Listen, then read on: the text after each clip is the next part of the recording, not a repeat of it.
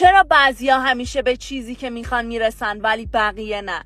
راز این ماجرا ساده تر از اونیه که فکر میکنی. کائنات چیزی به اسم فردا رو نمیفهمه، براش فقط الان وجود داره. هر وقت گفتی یه روز خوب میاد، کائنات میگه باشه یه روز، اما اون روز هیچ وقت نمیرسه. حالا تصور کن اینو بگی امروز بهترین روز زندگیمه. اینجاست که همه چیز تغییر میکنه، چون کائنات فقط با زمان حال کار میکنه. حتی اگه دنیای الانت با چیزی که میخوای فاصله داره، وقتی در لحظه باشی و حال خوب بسازی ارتعاشت مثبت میشه و اینجاست که خواسته‌هات شروع میکنن به نزدیک شدن به تو. دنیای تو انعکاس فکرای توه، پس با کلماتت زندگی رو خلق کن. همین حالا به خودت بگو من خوشحالم، من در آرامشم، من به خواسته هام رسیدم.